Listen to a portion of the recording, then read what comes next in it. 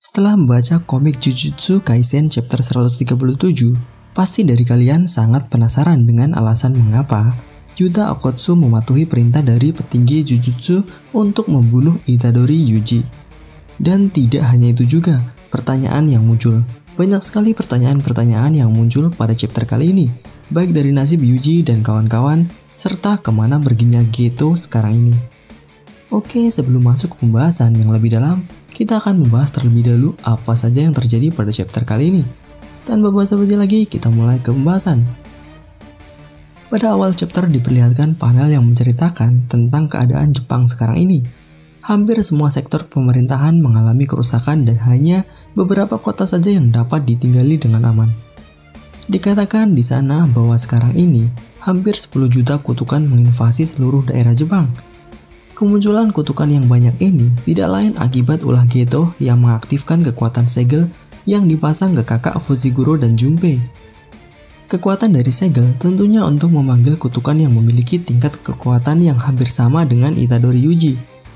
Mungkin dikarenakan kekuatan kutukan yang sangat besar, itu mengakibatkan meledaknya populasi kutukan menjadi seperti sekarang ini. Tentunya tidak semua saman dapat mengatasi semua kutukan dengan mudah. Apalagi kekuatan mereka hampir sama dengan tingkat kekuatan Itadori Yuji. Bisa dibilang untuk mengatasi kutukan ini, diperlukan penyihir Jujutsu tingkat 1 atau spesial. Itu mungkin salah satu faktor kenapa Jepang bisa mengalami krisis yang besar akibat kutukan di balik jumlah saman yang sedikit. Dan panel berganti memperlihatkan anak kecil yang sedang makan di sebuah supermarket terbengkalai. Tidak lama kemudian muncul sosok kutukan yang ingin mengincar anak tersebut untuk dimangsanya. Kutukan itu memanipulasi bentuk manusia untuk merayu anak itu datang ke dekatnya. Sebenarnya Mimin di sini sedikit bingung karena anak tersebut bisa melihat kutukan dengan jelasnya. Padahal tidak semua orang dapat melihat kutukan dengan mudah. Contohnya saja Maki. Dia hanya bisa melihat kutukan melalui kacamatanya yang sudah didesain khusus. Tentunya ada dua kemungkinan kenapa anak itu bisa melihat kutukan dengan jelas. Yang pertama yaitu anak tersebut memiliki kemampuan energi kutukan untuk melihat seperti layaknya para syaman. Dan yang kedua yaitu makhluk kutukan yang sekarang ini memiliki wujud yang dapat dilihat oleh manusia awam. Bisa dibilang kalau makhluk kutukan sudah seperti monster yang memiliki wujud tetap. Itu mungkin alasan yang masuk akal tentang kenapa pemerintah Jepang mengetahui bahwa krisis yang terjadi adalah ulah dari kutukan. Kembali ke pembahasan, setelah anak tersebut berhasil dibujuk untuk mendekati kutukan tersebut, dan tanpa anak itu sadari, makhluk yang berwujud manusia yang didekatinya berubah menjadi monster kutukan yang sedang bersiap-siap untuk melahapnya. Dan di sini kemunculan karakter yang ditunggu-tunggu selama ini akhirnya muncul. Siapa lagi kalau bukan Yuta Okkotsu? Kemunculannya bisa dibilang sangat epik untuk karakter yang memiliki kekuatan yang sangat besar. Dia muncul entah dari mana dan langsung menusuk kutukan itu tanpa ragu sedikit pun. Dan bisa dibilang kabar kemunculan Yuta Okkotsu sudah membuat geger para fans Jujutsu Kaisen. Pasalnya saat awal kemunculan spoiler, banyak sekali grup atau forum Jujutsu membahas tentang karakter yang satu ini.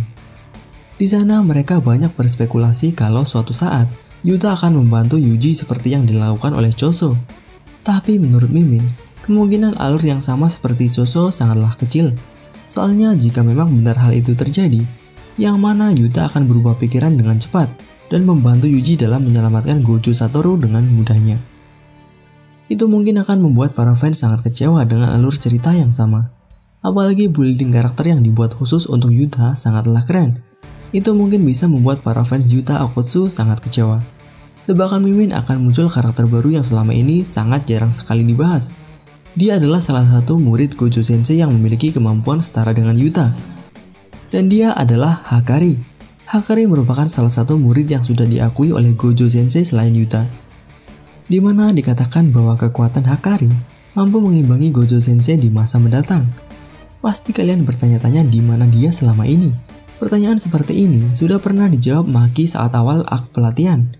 Yang mana saat itu Maki memberitahu Megumi dan Nobara bahwa siswa kelas 3 telah diskors dan tidak dapat berpartisipasi.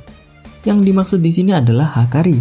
Entah kenapa dia diskors dan alasannya masih belum dijelaskan di sana. Dan yang pasti kemunculan karakter ini tidak diragukan lagi akan muncul di suatu saat nanti.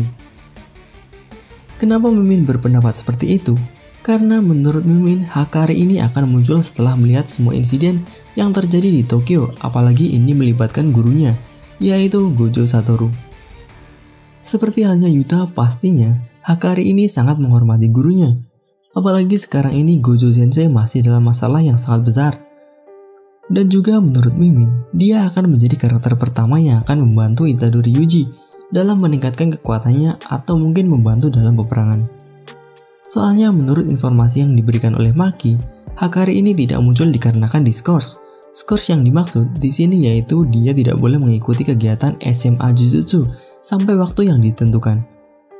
Jadi kemungkinan diskors ini tidak lain karena dia membantah atau tidak menaati perintah dari petinggi Jujutsu, seperti halnya Gojo Sensei. Namun karena lain alasan dia dihukum lebih berat. Dan karena sifatnya yang selalu tidak setuju dengan perintah petinggi Jujutsu, memungkinkan Hakari akan membantu Yuji baik dari perlindungan agar tidak dibunuh Yuta atau membantu memberikan pelatihan yang intensif agar menjadi semakin kuat. Apalagi dikarenakan perintah dari para petinggi yang menyuruh seluruh Shaman agar tidak menyelamatkan Gojo dan Yuji. Memungkinkan Hakari akan melawan perintah itu demi membantu mereka. Dan dari semua perkataan yang diucapkan oleh Maki, bisa dibilang sifat dari Hakari ini berlawanan dengan sifat Yuta. Ya, kita tunggu saja apa yang akan terjadi selanjutnya. Menurut kalian, Hakari ini memiliki kekuatan seperti apa sampai bisa diakui oleh Gojo Sensei? Silahkan tuliskan pendapat kalian di kolom komentar. Kembali ke pembahasan setelah kemunculan Yuta di perkotaan.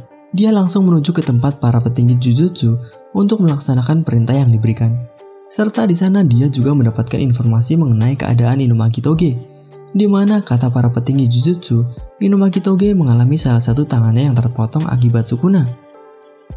Entah ini benar atau tidak, tentunya akibat hal ini membuat Yuta sangat marah, apalagi Inumaki Toge ini merupakan seniornya yang sangat dihormatinya. Mimin juga masih bingung tentang kebenaran informasi ini. Banyak sekali fans yang mengatakan kalau informasi mengenai terpotongnya tangan Inumaki Toge adalah hoax atau informasi palsu. Dan alasan mengapa para petinggi rela membuat informasi palsu ini agar mereka mampu untuk mengendalikan Yuta untuk mencapai tujuan yang mereka inginkan.